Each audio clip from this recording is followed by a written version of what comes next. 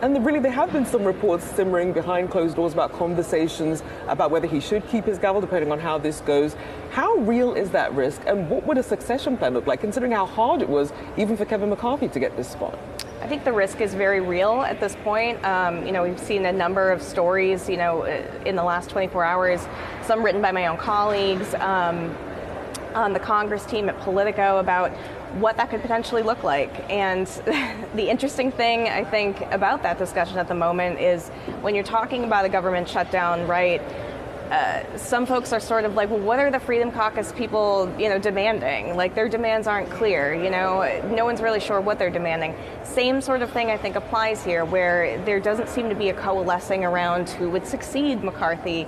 And really, you're just going to be putting another person in McCarthy's exact same position. I don't think anything really substantively would change, you know what I mean? If we had to replace McCarthy with somebody else, it would be still an untenable political position to be in, where you have a few members who can be very, very disruptive when they want to be. And obviously, if you're someone watching this, you're seeing a lot of this infighting, still trying to get clear on what it is exactly the GOP wants versus what was agreed upon in May.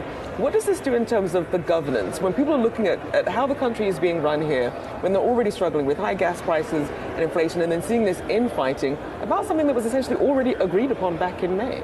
Right, and that's a really good point. The debt ceiling legislation that passed back earlier this year should have paved the way for this government funding process to be relatively smooth, because it set overall funding levels that these spending bills could have been written to. But of course, House Republicans decided to undermine that agreement by writing to much lower levels, which they say that they are fully allowed to do, and they are.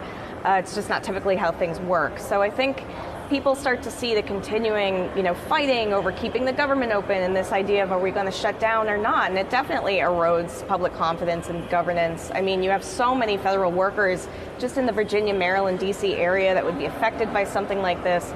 I think now, when you're thinking about a shutdown, you really have to look at, okay, what is the next forcing mechanism to make sure that this doesn't go on for, more than a month like it did during the Trump administration? And that would probably be the first point sometime in mid-October, when payroll would be processed and people would be missing that first paycheck. So certainly that's not a milestone that anybody wants to reach here, but I think definitely public confidence in Congress and our government suffers when this is a fight that we have every single year.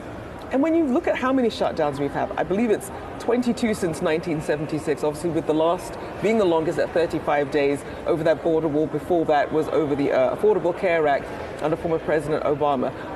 What is the solution here so that we don't keep ending up in this same position? Are there any really viable ways forward that don't end up having us in the same position? I mean, certainly. I think that's a great question.